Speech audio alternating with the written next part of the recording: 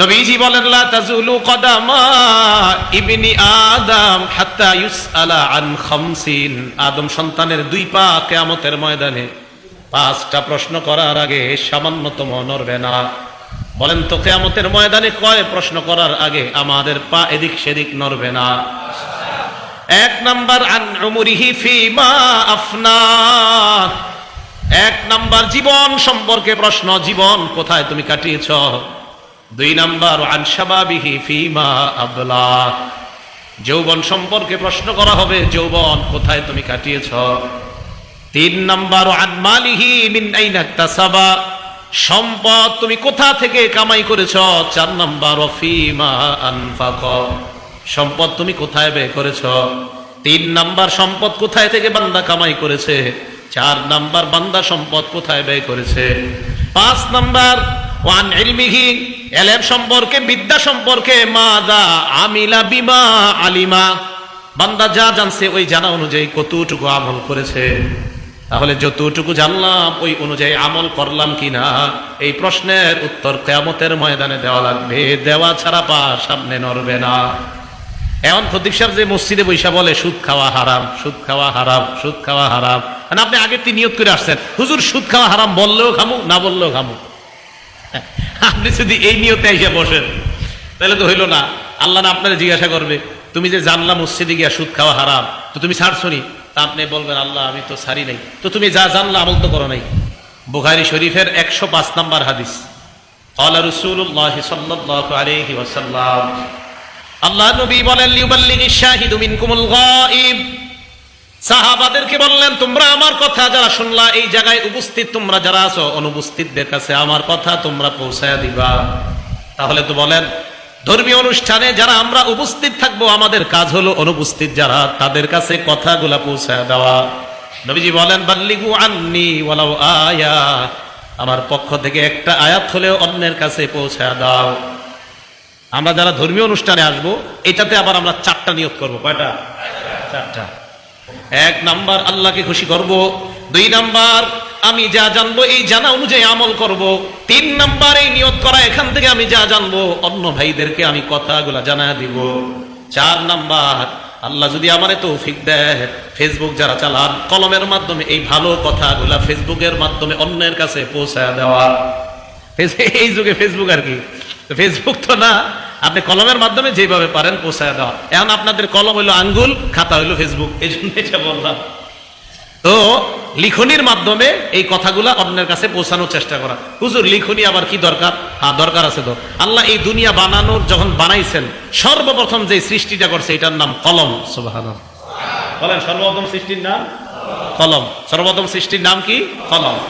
আবু দাউদ শরীফের 4700 নম্বর হাদিস, 4700, ক্বালা রাসূলুল্লাহ সাল্লাল্লাহু আলাইহি ওয়াসাল্লাম, নবীজি বলেন ইন্না আউওয়ালা মা খালাকাল্লাহুল খালকা আল কলম, সর্বপ্রথম যে জিনিসটা আল্লাহ বানিয়েছেন এটার নাম হলো কলম। সবাই আমার সাথে একটু বলেন মুহাব্বতের সাথে, আল্লাহ সর্বপ্রথম যে জিনিসটা বানিয়েছে এটার নাম কি?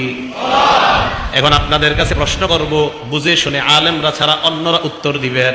আলেমরা পারবে, অন্যরা বলেন আল্লাহর কি কলমের কোনো দরকার আছে? আল্লাহ কি কলমের মুখাপেক্ষী? আল্লাহ আমার আপনার মুখাপেক্ষী? আল্লাহ কিছুর মুখাপেক্ষী না। তা আল্লাহ কেন কলম বানাইলেন? আমাদেরকে সিস্টেম শিখায়, পদ্ধতি শিখায়। কলম বানানোর পর কলমকে বললেন এই কলম তুমি লেখো। কলম আল্লাহর সাথে কথা বললেন। কলম আল্লাহকে বলল আল্লাহ মাযা আকতুবু ইয়া রাব্বি, মাবুদ আমি কি লিখবো? আল্লাহ বললেন উকতুব মাকাদিরা কুল্লি শাইইন হাত্তা তাকুমাস সাআ, কিয়ামত পর্যন্ত যা হবে মানুষের ভাগ্যে যা আছে কলম তুমি লিপিবদ্ধ করে দাও। সর্বপ্রথম কলম বানাইলেন, কলমকে বললেন সব লেখো। তাহলে লেখা একটা গুরুত্ব ইসলামের মধ্যে অনেক বেশি, যদিও বর্তমানে আমাদের মাঝে এটা নাই। তাহলে বলেন ধর্মীয় অনুষ্ঠানে আমরা মাথায় রাখবো 4 কথা, আর 4 কথার প্রথম কথা নিয়ত করা। আর ধর্মীয় অনুষ্ঠানের নিয়ত আর বিভিন্ন জায়গায় খতিব সাহেবের আলোচনা যখন শুনবো, ধর্মীয় যেই কোনো কথা যেই কোনো জায়গায় শুনবো, এই জায়গায় আবার নিয়ত করবো 4টা। 1 আল্লাহরে খুশি করা, 2 নাম্বার যা জানবো ওই অনুযায়ী আমল করার নিয়ত করা, 3 নাম্বার যা জানবো অন্যের কাছে মুখের মাধ্যমে পৌঁছায় দেওয়া, 4 নাম্বার যা জানবো লিখনির মাধ্যমে চেষ্টা করা অন্যের কাছে পৌঁছায় দেওয়া। মনে থাকবেন ইনশাআল্লাহ? হুজুররা যারা মাদ্রাসায় পড়াবে ছাত্ররাও এই জায়গায় এই 4 কাজের নিয়তি পড়াশোনা করবে। আল্লাহ আমাদেরকে তৌফিক দান করেন। সর্বশেষ আপনারা এই নিয়ত কি 4টা করে ফেলছেন? তাহলে বলা যায় আপনাদেরকে একটা কথা, কি বুখারী শরীফের 71 নম্বর হাদিস, ক্বালা রাসূলুল্লাহ সাল্লাল্লাহু আলাইহি ওয়াসাল্লাম, আল্লাহ নবী বলেন, মাইয়ুরিদিল্লাহু বিহি খায়রা ইউফাক্কিহু ফিদ্দীন, আল্লাহ যার কল্যাণ চান ওই ব্যক্তিকে আল্লাহ দ্বীনের সঠিক বুঝ দেওয়ার একটা যোগ্যতা আল্লাহ তাকে তৈরি করে দেয়। ইউফাক্কিহু, তাকে আল্লাহ শিখিয়ে দেন, ফিদ্দীন, ধর্মীয় বিদ্যা তাকে আল্লাহ শিখিয়ে দেন। সাধারণ জনগণ যারা আপনাদের বর্তমানে ধর্মীয় বিদ্যা শিখার সবচাইতে সুন্দর মাধ্যমের নাম হলো জুমার নামাজের আগের বয়ানটা মনোযোগ দিয়ে শোনা। মনে রাখবেন, প্রত্যেক সপ্তাহে আমরা একটা ক্লাস করার জন্য মসজিদে যাব। মসজিদে যাওয়ার পর সেখানে ধর্মীয় বিদ্যা অর্জন করব। আর যদি আগে আগে আসতে পারেন, প্রথমে আমি বললাম আগে আসার আগ্রহটা এটা নবীদের আগ্রহ, আগে আসার আগ্রহটা এটা সাহাবাদের আগ্রহ, আগে আসার আগ্রহটা এটা তাবির আগ্রহ। তাহলে আল্লাহ পাক রব্বুল আলামিন আমাদের যাদেরকে সামর্থ্য দান করেছেন, আমরা যথাসাধ্য চেষ্টা করব এই ধর্মীয় বিদ্যা অর্জন করার পর এই ধর্মীয় বিদ্যার মাধ্যমে এলাকাটা যেন আলোকিত করতে পারি, এই চেষ্টা সবাই করতে রাজি আছি কিনা? ধর্মীয় বিদ্যা ছাড়া, কোরআন সুন্নাহর বিদ্যা ছাড়া আলোকিত সমাজ গঠন করা সম্ভব না। বিশ্বাস করেন, সত্যি কথা। কোরআন সুন্নাহ এটাই আলো, এটার মাধ্যমে এলাকা আলোকিত করতে হবে। মাগরিবের আগে আসছি, আসার পর কিছুক্ষণ কথা শুনছি, এরপরে ঘুমায় গেছে। তো যতক্ষণ শুনলাম সুন্দর কথা বলছে, কোরআন সম্পর্কে আলোচনা করছে। কোরআন একটা সমাজকে পরিবর্তন করে দিতে পারে। কোরআন সমাজের পরিবর্তনের জন্য কোরআনের শিক্ষার বিকল্প নাই।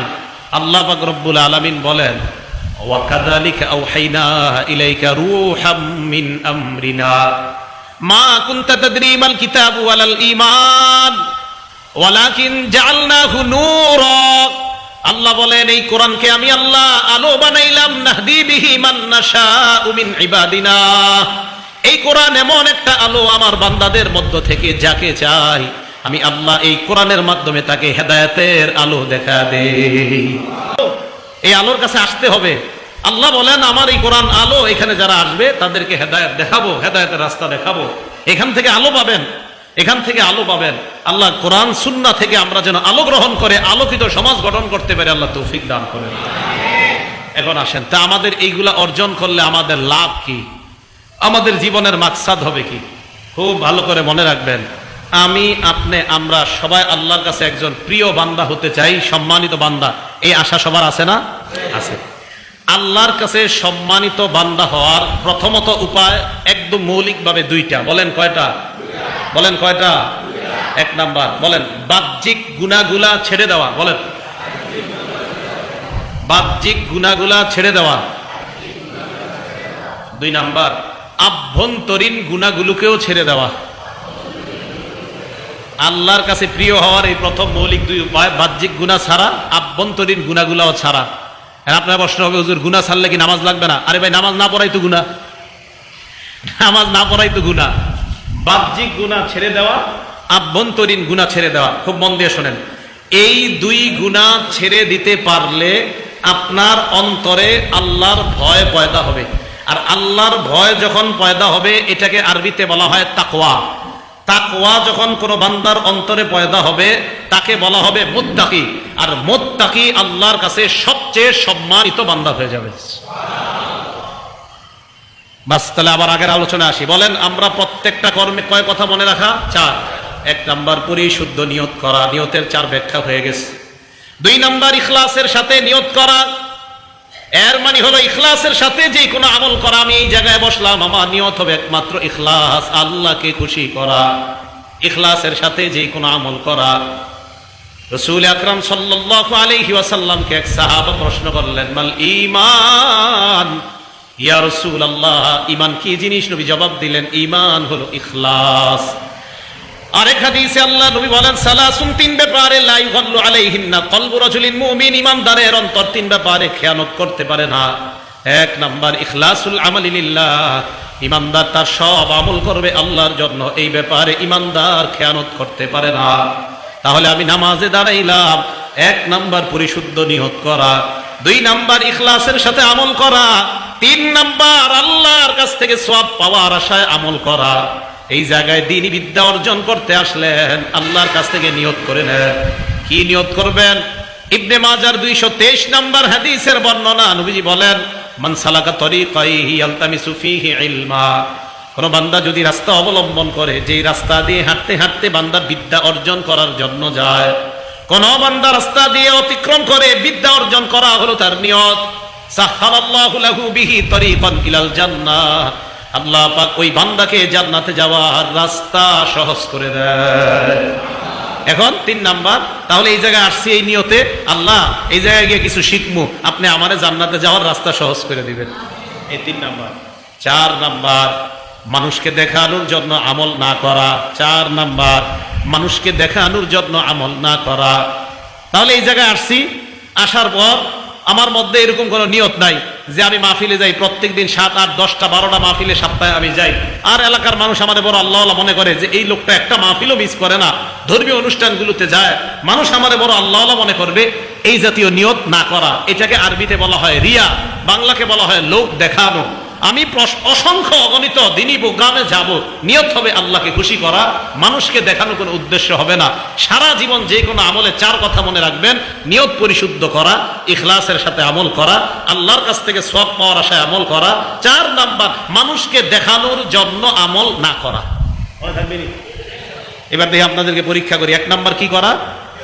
নিয়ত করা, পরিশুদ্ধ নিয়ত। ধর্মীয় মজলিসে কয় প্রকার? যাক, ওইটা আর বললাম না, আপনাদের মনে থাকারই কথা। তা আসেন, আমরা এই জায়গায় আসছি কেন? আল্লাহর প্রিয় বান্দা হব। হুজুর আল্লাহর প্রিয় বান্দা হওয়ার কি 2 উপায় বললেন। বাহ্যিক গুনাহ সব ছেড়ে দিব, আভ্যন্তরীণ গুনাহ সব ছেড়ে দিব। আর আভ্যন্তরীণ বাহ্যিক গুনাহ ছেড়ে দেব তখন যদি আমার মধ্যে আল্লাহর ভয় পয়দা হয়। ভয় পয়দা হলে আমাকে বলা হবে মুত্তাকি। আর আমি মুত্তাকি হলে সূরা হুজুরাতের 13 নম্বর আয়াতে আল্লাহ ঘোষণা করেছেন, ইন্না আকরামাকুম ইনদাল্লাহি আতকাকুম, তোমাদের মধ্যে সবচেয়ে সম্মানিত ওই ব্যক্তি যে আল্লাহকে তোমাদের মাঝে সবচেয়ে বেশি ভয় পায়, এই ব্যক্তি আল্লাহর কাছে সবচেয়ে সম্মানিত। তাহলে আমরা সবচেয়ে বেশি ভয় পাবো কাকে? আল্লাহকে। তাকওয়া কাকে বলে? খুব মন দিয়ে শোনেন। তাকওয়ার আবিধানিক অর্থ হিফজুশ শাই মিন কুল্লি মুসিবা, মানি অথবা হিফজুশ শাই মিন কুল্লি মা ইউজি, প্রত্যেক কষ্টদায়ক জিনিস থেকে কোনো কিছুকে বাঁচানো, এটা হলো আবিধানিক অর্থ তাকওয়া। কষ্টদায়ক কোনো জিনিস থেকে কোনো কিছুকে বাঁচানো, এটা হলো আবিধানিক অর্থ। আরেকটা অর্থ আল ভিকায়া, মানে বাঁচানো, রক্ষা করা। বুখারী শরীফে আছে, ক্বালা রাসূলুল্লাহ সাল্লাল্লাহু আলাইহি ওয়াসাল্লাম, আল্লাহ নবী বলেন, ইত্তাকুন নার ওয়ালাউ বিশিক্কি তামরা, জাহান্নামের আগুন থেকে তোমরা নিজেদেরকে বাঁচাও, খেজুরের জানা দিয়ে হলেও, খেজুরের টুকরা দিয়ে হলেও জাহান্নামের আগুন থেকে বাঁচাও। হাদিসের মাধ্যমে নবী বুঝাইতে চায়, খেজুরের টুকরা যদি কোনো মানুষ ইখলাসের সাথে দান করে, আশা করা যায় এই দান আল্লাহ পাক রব্বুল আলামিন তাকে জাহান্নাম থেকে বাঁচানোর উসিলা বানায় দেয়। তাহলে বাঁচানো, তাকওয়া এক অর্থ আবিধানিক বাঁচানো। শেখুল ইসলাম ইবনে তাইমিয়া রাহমাতুল্লাহি আলাইহি বলেন, তাকওয়া বলা হয় কাকে? সহজ কথা, আগে আরবি বলবো, পরে 2টা বাংলা আপনাদেরকে শিখাবো। এটারই তাকওয়া বলা হয় ফি'লু মা আমারাল্লাহু বিহি ওয়া তারকু মা নাহাল্লাহু আন। ইবনে তাইমিয়া বলেন, তাকওয়া বলা হয় 2 জিনিসের নাম। জোরে বলেন, তাকওয়া কয় জিনিস? আল্লাহ যা আদেশ করেছে তা মানা, আল্লাহ যা নিষেধ করেছে তা ছেড়ে দেওয়া। বলেন, তাকওয়া কয় জিনিসের নাম? আল্লাহ যা আদেশ করেছে তা, আল্লাহ যা নিষেধ করেছেন তা ছেড়ে দেওয়া, এটার নাম হলো তাকওয়া। তাহলে আমরা এটার নাম তাকওয়া জানলাম। এখন তাকওয়া মানে আল্লাহকে ভয় করা, তাকওয়া অবলম্বন করা। এটা এত জরুরি কেন? আমাদের নবীকে আল্লাহ তাকওয়ার হুকুম দেয়। সূরা আহজাবের 1 নম্বর আয়াত আল্লাহ বলেন, ইয়া আইয়ুহান নাবিয়্যুত্তাকিল্লাহ, হে নবী আপনি আল্লাহকে ভয় করেন। নবীকে বললেন আপনি আল্লাহকে ভয় করেন, তাকওয়া অবলম্বন করেন। সূরা নিসার 1 নম্বর আয়াতে আল্লাহ আমাকে, আপনাকে, আমাদের সকলকে বলে, ইয়া আইয়ুহান নাস ইত্তাকু রাব্বাকুমুল্লাযী খালাকাকুম মিন নাফসিন ওয়াহিদা, হে মানুষ তোমরা তোমাদের রবকে ভয় করো, যেই রব তোমাদেরকে বানিয়েছেন আদম থেকে, এই রবকে তোমরা ভয় করো। এখানেও বললেন তাকওয়া অবলম্বন করো। সূরা নিসার 131 নম্বর আয়াতে আল্লাহ বলেন, ওয়ালাকাদ ওয়াসাইনাল্লাযীনা উতুল কিতাবা মিন ক্বাবলিকুম ওয়া ইয়্যাকুম আনিত্তাকুল্লাহ, তোমাদের পূর্বে যাদেরকে কিতাব দেওয়া হয়েছে তাদেরকেও আমি আদেশ করলাম, তোমাদেরকেও আমি আদেশ করলাম তোমরা আমি আল্লাহকে ভয় করো। তাহলে আমাদের পূর্বে যাদেরকে আল্লাহ কিতাব দিয়েছেন তাদেরকেও বলছেন আল্লাহকে ভয় করো, আমাদেরকেও বলছেন আল্লাহকে ভয় করো, তাকওয়া অবলম্বন করো। সূরা হাশরের 18 নম্বর আয়াতে আল্লাহ বলেন, ইয়া আইয়ুহাল্লাযীনা আমানুত্তাকুল্লাহ, হে ঈমানদারগণ, তোমরা আল্লাহকে ভয় করো, তোমরা তাকওয়া অবলম্বন করো। ওয়াল তানজুর নাফসুম মা কদ্দামাত লিগাদ, আগামী কালকের জন্য কি পাঠাইতেছো এই চিন্তা ভাবনা করো। আগামীকাল মানে কিয়ামতের ময়দান অথবা কবর। এই যে আমি আপনি মারা যাওয়ার সাথে সাথে কবরে যাব, এটাকে আল্লাহ বললেন আগামীকাল। কারণ আমি আপনি মরে যাওয়া মানে আমার আপনার কিয়ামত শুরু হয়ে যাওয়া, আমার আপনার মরণটাই কিয়ামত। কারণ আমার আপনার মরণ মানে কিয়ামতের দিকে আগিয়ে যাওয়া। আমার কবরের মধ্যে আমার জীবনের জন্য আমি ভালো সঞ্চয় করলে ভালো থাকবো, আর যদি আমি কবরে খারাপ পাঠাই আমার অবস্থা হবে বড় ভয়ঙ্কর। তাহলে আল্লাহ ইমানদারকে বললেন আল্লাহরে ভয় করো, তাকওয়া অবলম্বন করো। নবীরে বললেন তাকওয়া অবলম্বন করো। মানুষরে বললেন তাকওয়া অবলম্বন করো। এই উম্মত, আগের উম্মত, তাদেরকেও বললেন তাকওয়া অবলম্বন করো। তাকওয়া কি? আল্লাহ যা বলছে তা মানো, আল্লাহ যা নিষেধ করছে তা ছাড়ো। এখন এইটা হইলে কি হবে? ওই যে আবার আগের কথা, সূরা হুজুরাতের 13 নম্বর আয়াত, ইন্না আকরামাকুম ইনদাল্লাহি আতকাকুম। যদি আল্লাহর ভয় অর্জন করতে পারো তাহলে তুমি যেই হও আল্লাহর কাছে ওই বান্দা সবচেয়ে সম্মানিত বান্দা হয়ে যায়। এখন হাদিস শুনেন। মুসনাদে আহমদ একটা কিতাবের নাম, এই কিতাবের 23,489 নাম্বার হাদিস। ক্বালা রাসূলুল্লাহ সাল্লাল্লাহু আলাইহি ওয়াসাল্লাম, আল্লাহর নবী বলেন, লা ফাদলা লিআরাবিয়্যিন, লা ফাদলা লিআরাবিয়্যিন আলা আজামি। নবীজি বলেন, কোন আরবের উপর অনারবের শ্রেষ্ঠত্ব নাই, কোন আরবের উপর অনারবের শ্রেষ্ঠত্ব নাই। ওয়ালা লিআজামিয়্যিন আলা আরাবিয়্যিন, কোন অনারবির উপর আরবের শ্রেষ্ঠত্ব নাই। নবীজি বললেন, আরবির উপর অনারবির শ্রেষ্ঠত্ব নাই, অনারবির উপর আরবির শ্রেষ্ঠত্ব নাই। ওয়ালা আহমার আলী আসওয়াদা, কোন লাল মানুষ সুন্দর মানুষের কালা মানুষের উপর শ্রেষ্ঠত্ব নাই। ইল্লা বিত্তাকওয়া, নবী বলেন যার তাকওয়া আছে, এই মানুষটা কালো হোক সুন্দর হোক, আরবের হোক অনারবের হোক বাংলাদেশের হোক, যদি তাকওয়া হয়, দেখতে যদি কালো হয়, এই মানুষটা আল্লাহর কাছে সম্মানিত হয়ে যায়। তাহলে কালো সাদা এটার ক্ষেত্রে আল্লাহর কাছে শ্রেষ্ঠত্ব না, শ্রেষ্ঠত্ব তাকওয়া। বলেন শ্রেষ্ঠত্বের নাম কি? তাকওয়া, মুত্তাকি হয়ে যাওয়া। আল্লাহ আমাদের সবাইকে মুত্তাকি হওয়ার তৌফিক দান করেন। মুসলিম শরীফের 1731 নাম্বার হাদিস।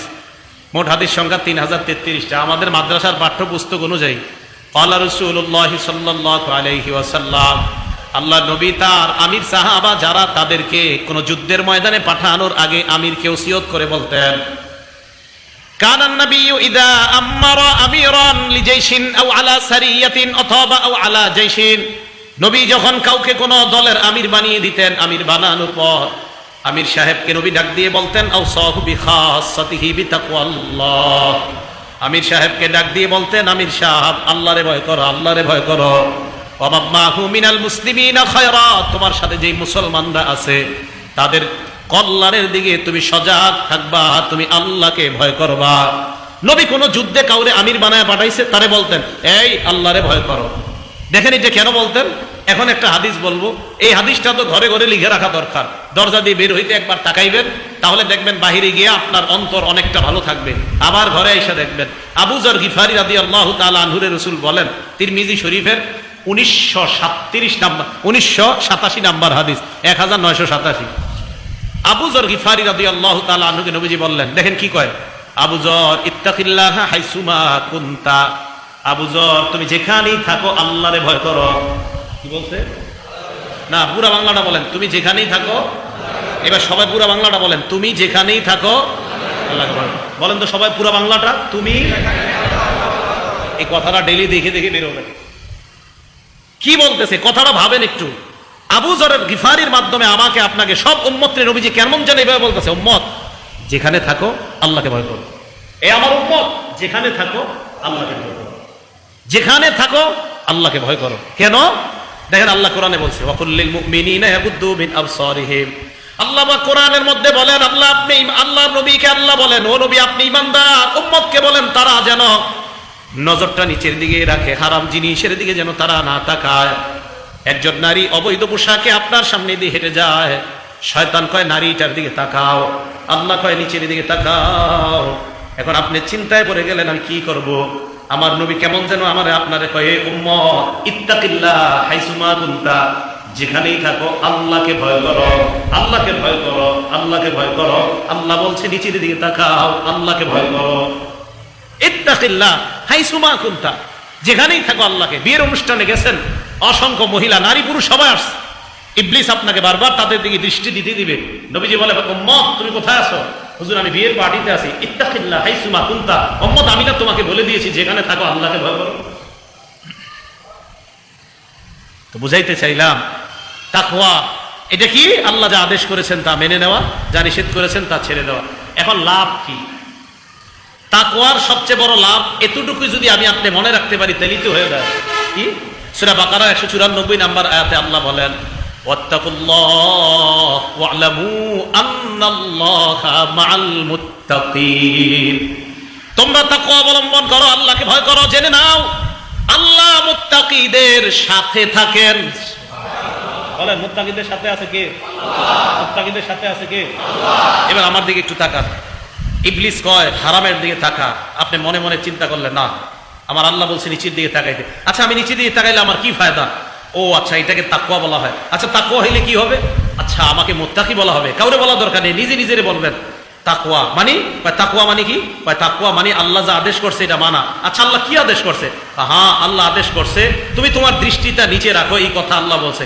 আচ্ছা তাহলে আল্লাহর আদেশ মানার নাম তাকওয়া? হ্যাঁ এটার নাম তাকওয়া। তাহলে নিচের দিকে তাকায় থাকি। তো তাকায় থাকলে লাভ কি? লাভ হলো তুমি মুত্তাকি। আচ্ছা আমি মুত্তাকি হলে কি লাভ? লাভ বুঝো না, আন্নাল্লাহা মা'আল মুত্তাকিন, আল্লাহ তোমার সাথে আছে। মুত্তাকি, মুত্তাকির সাথে আল্লাহ আছে। তার কি লাভ চান? যে আমি আপনি যখন শয়তান গুনাহ করাইতে চায়, না আল্লাহ নিষেধ করছে গুনাহ করব না, তা আমি আপনি যখন গুনাহ না করে তাকওয়া অর্জন করি, আল্লাহরে ভয় করি, হ্যাঁ আল্লাহ কোরআনে ঘোষণা করতেছে, বান্দা ওয়া'লামু, জেনে রাখো আন্নাল্লাহা মা'আল মুত্তাকিন, আমি আল্লাহ মুত্তাকিদের সাথে।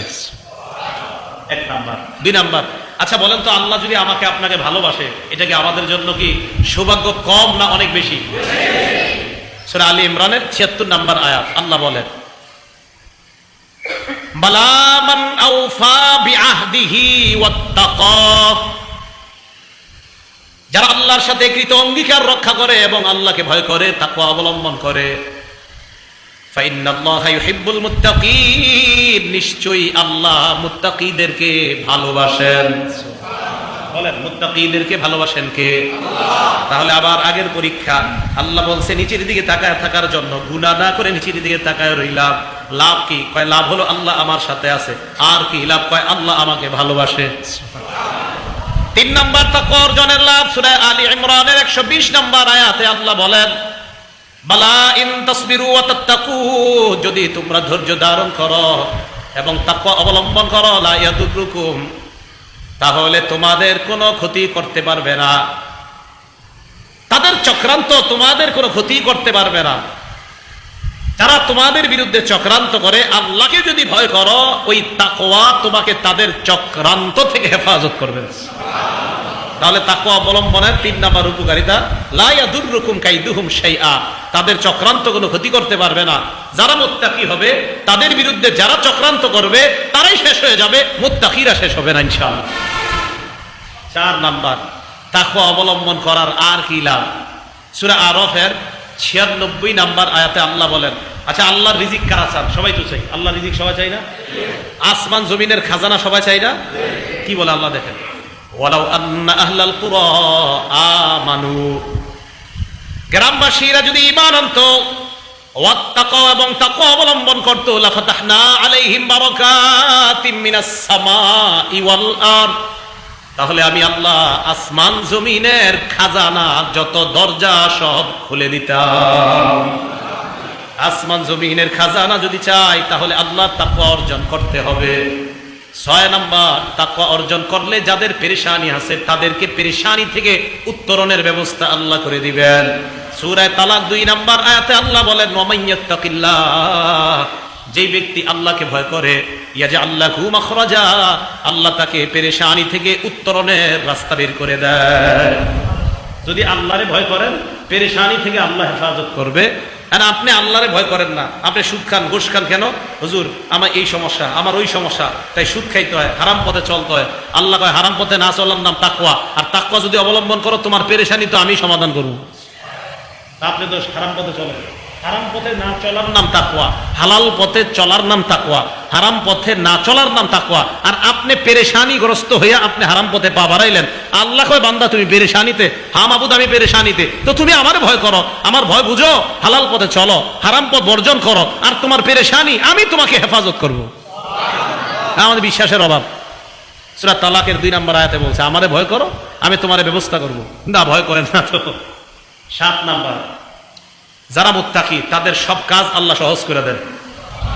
স্কুল কলেজ ইউনিভার্সিটির ছাত্র যারা আছেন, পরীক্ষা দিবেন, আপনাদের মাঝে যারা সবচেয়ে মুত্তাকি হবে, আপনার পরীক্ষা সব আল্লাহ সহজ করে দিবে। সত্যি কথা, হ্যাঁ আল্লাহ সহজ করে দিবে। স্কুল কলেজ ভার্সিটি ছাত্রদের মধ্যে যে মুত্তাকি ছেলে থাকে, মেয়ে থাকে, মাশাআল্লাহ, অবশ্যই যে কি নামাজ পড়ার কারণে দেখা যায় এক পৃষ্ঠা পড়তে যে হুজুর আরেকটা পৃষ্ঠা আমি পড়ে আসি, জামাতটা একটু পরে দাঁড়া, না আমি এই পৃষ্ঠাটা পরে পড়বো, আগে জামাতে যাই, আমি এই পৃষ্ঠাটা একটু পরে পড়বো, আমি অঙ্কটা নামাজ পড়ে এসে করব। বান্দারের আল্লাহ দেখতেছে যে আমার বান্দা একটা অঙ্ক করে আসতে পারতো না, সে নামাজ পড়ে গিয়ে অঙ্কটা করবে। এই যে আপনি তাকওয়া অবলম্বন করতেছেন, সূরা তালাকের 4 নম্বর আয়াতে আল্লাহ বলেন ইয়াজআল্লাহু মিন আমরিহি ইউসরা, তাকওয়া অবলম্বন করলে ওই বান্দার সমস্ত কাজ আল্লাহ সহজ করে দেয়।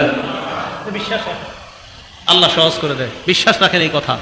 তাহলে আল্লাহ পাক রব্বুল আলামিনের ভয় অন্তরে লালন করা। আর কি লাভ? সূরা আনফালের 29 নম্বর আয়াতে আল্লাহ বলেন ইয়া আইয়ুহাল্লাযীনা আমানু ইন তাত্তাকুল্লাহ ইয়াজআল লাকুম ফুরকানা। এই জামানায় আপনাদের অনেকের প্রশ্ন, হুজুর হক পথ কোনটা, বাতিল পথ কোনটা আমরা জানি না। এক হুজুর আপনারা বলেন এটা, আরেক হুজুর বলে এটা, বলেন না আপনারা এই কথা? গ্রামের মানুষরা কয় হুজুর কাটটা শুনবো, ওই হুজুর কয় এইভাবে দুরূদ পড়তে, আরেক হুজুর কয় এইভাবে, আপনি আবার কোন আরেক ভাবে, আমি করবোটা কি? আমি আপনাদেরকে বলে যাই কি করবেন, আপনারা আল্লাহরে ভয় করেন, তাকওয়া অবলম্বন করেন। হুজুর এটার লগে তাকওয়া অবলম্বনের কি সম্পর্ক? হাস সূরা আনফালের 29 নম্বর আয়াতে আল্লাহ বলেন ইন তাত্তাকুল্লাহ, যদি তোমরা আল্লাহকে ভয় করো, তাকওয়া অবলম্বন করো, ইয়াজআল লাকুম ফুরকানা, তোমাদেরকে আল্লাহ ফুরকান দিবেন। বলেন কি দিবেন? বলতেছি, বলেন কি দিবেন? সবাই বলেন ফুরকান কি দিবেন? হুজুর ফুরকান কাকে বলে? ফুরকান হলো হক বাতিল পার্থক্য করা যায়, যার মাধ্যমে তাকে বলা হয় ফুরকান। তাকওয়া অবলম্বন করেন, হালাল হারাম পথে চলেন, হারাম পথ বর্জন করেন, অন্তরে আল্লাহর ভয় করেন, আল্লাহ আপনাকে হালাল হারাম পার্থক্যের ক্ষমতা দিয়ে দিবেন। আপনার দিল বলে দিবে এটা হক পথ, এটা বাতিল পথ, এই দুরূদ সঠিক, এটা ভুল, এটা আপনার অন্তরে বলে দিবে। ফুরকানা, ইয়াজআল লাকুম ফুরকানা। আর কি? ওয়ায়ুকাফির আনকুম সাইয়্যাতিকুম, তোমাদের অপরাধ মাফ করে দিবেন, ওয়ায়াগফির লাকুম, আল্লাহ তোমাদেরকে ক্ষমা করে দিবেন। তাহলে তাকওয়া আমরা অবলম্বন করব কেন? আল্লাহর কাছে যেন আমরা প্রিয় বান্দা হতে পারি, এই জন্য আমরা তাকওয়া অবলম্বন করা। আবার আগের কথায় আসেন, তাকওয়া অবলম্বনের কি শর্ত? বাহ্যিক যত গুনাহ সব ছেড়ে দেওয়া, আভ্যন্তরীণ যত গুনাহ এইগুলাও ছেড়ে দেওয়া। তো হুজুর এগুলা ছেড়ে দিলে কি লাভ?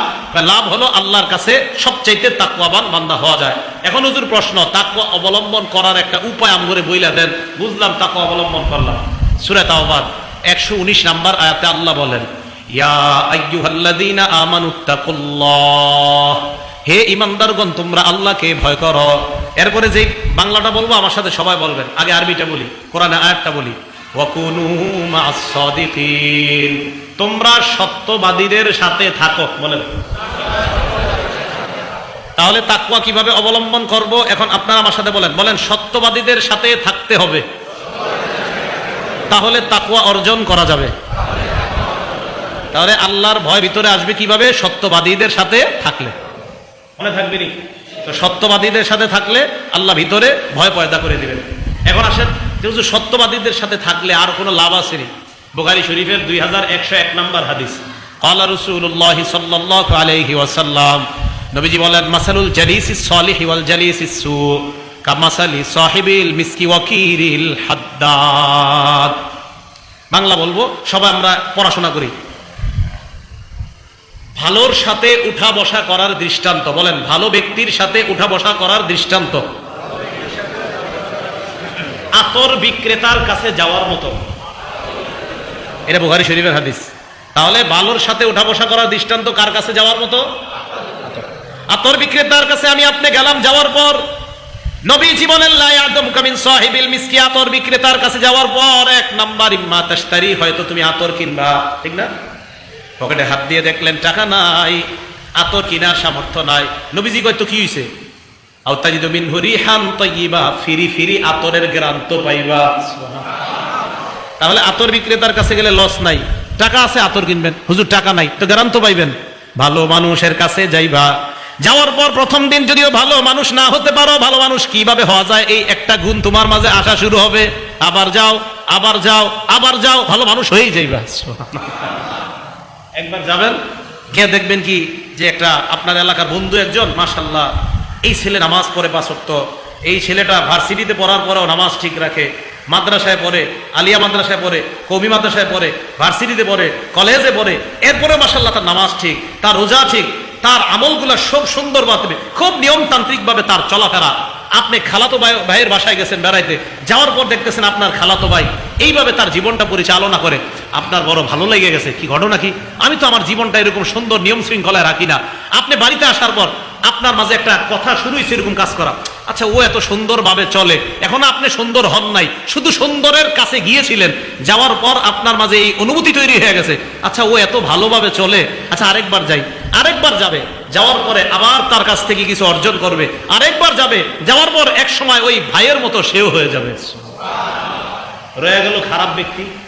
এবার নবীজি বলেন, ওয়া মাসালু জালিসিস সুই কাকিরিল হাদ্দাদ, খারাপের সাথে উঠা বসা করার দৃষ্টান্ত হলো কামারের দোকানে যাওয়া।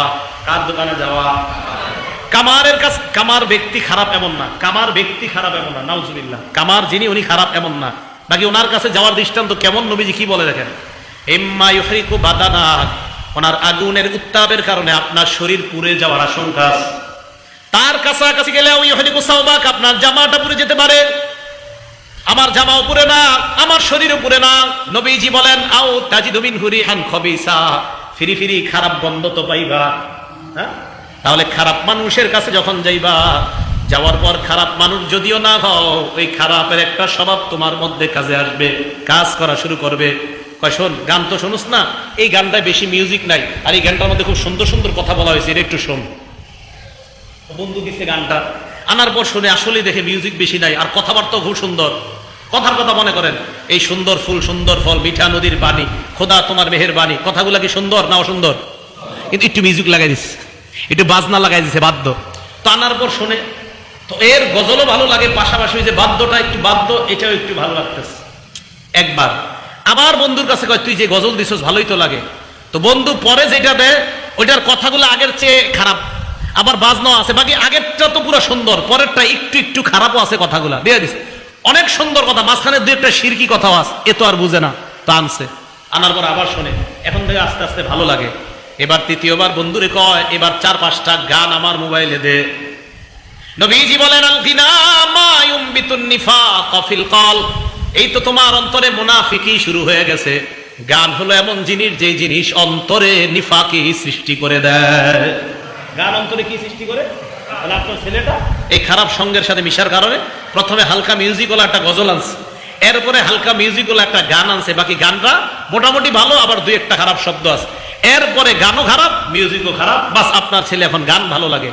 এটা হলো খারাপের সাথে উঠা বসা করার ফলাফল, আর ভালোর সাথে উঠা বসা করার ফলাফল। তাহলে বলেন, ভালো মানুষ হওয়া, মুত্তাকি হওয়ার উপায়, সত্যবাদীদের সাথে থাকা, ভালো মানুষদের সাথে থাকা।